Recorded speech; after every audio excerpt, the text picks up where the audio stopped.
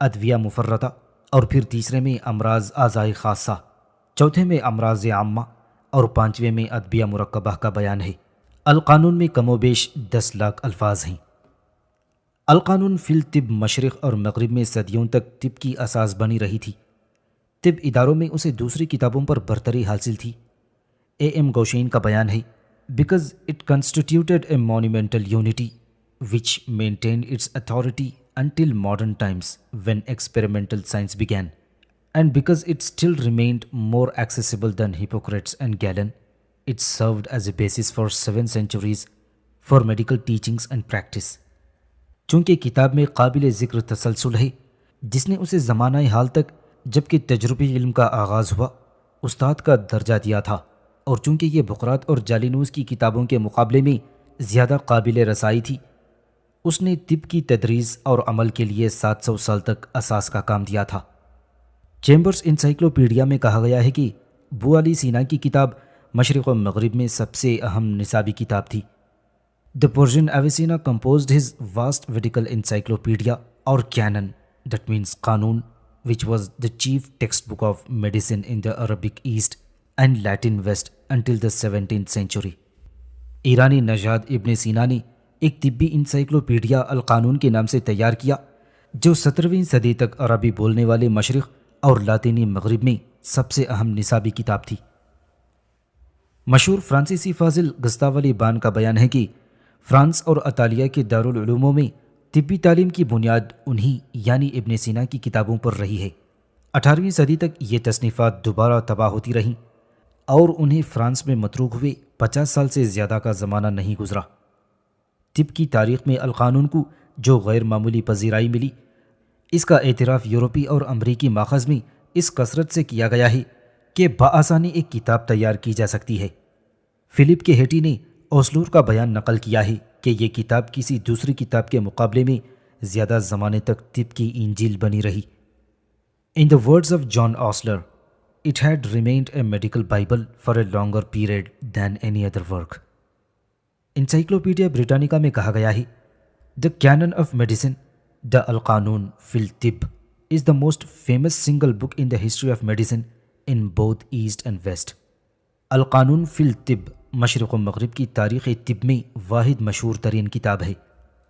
Certain نے اپنی کتاب القانون فی الطب کے متعلق لکھا ہے، because of its formal perfection as well as its intrinsic value the قانون superseded رازز الحاوی and then Ali bin Abbas Maliki and even the works of Galen and remained supreme for 6 centuries۔ جامعیت اور معنوی قدر و قیمت کی بنا پر القانون رازی کی الحاوی اور پھر علی بن عباس کی المالکی حتیٰ کہ جالینوس کی کتابوں سے بھی آگے بڑھ گئی اور 6 صدیوں تک اس کا غلبہ رہا۔ 12ویں صدی سے لے کر 16ویں صدی تک نظری اور علمی طب کی اساس ابن سینا کی کتابوں پر تھی۔ یورپ کی یونیورسٹیز میں القانون نصاب کی سب سے اہم کتاب تھی، اور یونیورسٹی کے لیے جو قاعدہ 1617 میں بنا ہے اس میں رازی اور ابن سینا کی کتابیں شامل ہیں۔ مونٹ بلیر میں کیلیمنٹ خامس نے جو قاعدہ 1309 عیسوی میں بنایا تھا اس میں اور 1555 عیسوی تک کے تمام قاعدوں میں اس کی شہادت ملتی ہے۔ اے ایم گوشین لکھتے ہیں، دا قانون formed the basis of teachings for all the universities. It appears in the oldest known syllabus of teaching given to the School of Medicine at Montpellier, a bull of Clement V, dating from 1309 and again in all subsequent ones until 1557. القانون تمام universities میں طبی تدریس کی اساس تھی، اور یہ کتاب مونٹ پلیئر کے مدرسہ طب کے قدیم ترین معلوم تعلیمی نصاب کلیمنٹ پنجم کے فرمان میں 1309 عیسوی سے اور پھر اس کے بعد 1557 عیسوی تک کے فرمانوں میں دکھائی دیتی ہے۔ ول ڈورانٹ کا بیان ہے کہ القانون 17ویں صدی کے وسط تک مونٹ پلیئر اور لووین کی یونیورسٹیز میں نصاب کی اہم ترین کتاب تھی۔ اس کی مقبولیت اس کے ترجموں سے عیاں ہوتی ہے۔ سب سے پہلے جیرارڈ آف کریمونا نے 1150 عیسوی اور 1186 عیسوی کے دوران القانون کا لاطینی ترجمہ کیا تھا۔ اس کے علاوہ لاطینی اور یورپ کی دوسری کتابوں میں بکثرت اس کے ترجمے ہوئے تھے۔ اے ایم گوشین کے مطابق القانون کے کل 87 ترجمے ہوئے تھے، جن میں صرف ایک جزوی ہیں۔ اکثر ترجمے لاطینی میں ہوئے تھے۔ اسپین، اٹالی اور جنوبی فرانس میں کئی ترجمے عبرانی زبان میں بھی کیے گئے ہیں۔ القانون کا ترجمہ 1483 عیسوی میں شائع ہوا۔ صرف 27 برسوں کے اندر 1500 عیسوی تک اس کتاب کے 16 ایڈیشن نکلے ہیں، جن میں 15 لاطینی اور ایک عبرانی تھا۔ 16ویں صدی میں اس کے 20 ایڈیشن شائع ہوئے اور 17ویں صدی میں اس کے بہت سے ایڈیشن نکلے۔ میکس میرہوف لکھتے ہیں، The demand of this book may be gleaned from the fact that in the last 30 years of 15th century, it was issued 16 times, 15 editions being in Latin and 1 in Hebrew, and that it was reissued more than 20 times during the 16th century. And these figures do not include editions of parts of the work, commentaries on it in Latin, and also in Hebrew and vernaculars are both in manuscript and in print without number. And again the book continued to be printed and read into 17th century. اس کتاب کی مانگ اس حقیقت سے عیاں ہوتی ہے کہ 15ویں صدی عیسوی کے آخری 30 برسوں میں یہ 16 بار شائع ہوئی، 15 بار لاطینی میں اور 1 بار عربی میں اور 1 بار عبرانی میں۔ 16ویں صدی کے دوران اسے 20 سے زائد مرتبہ چھاپا گیا۔ کتاب کے الگ الگ حصوں کے جو ایڈیشن نکلے وہ ان میں شامل نہیں ہیں۔ لاطینی، عبرانی اور دیسی زبانوں میں ان کی جو شرحیں لکھی گئی تھیں ان کا کوئی شمار نہیں کیا جا سکتا۔ یہ کتاب 17ویں صدی میں چھپتی رہی اور اس کا مطالعہ جاری رہا۔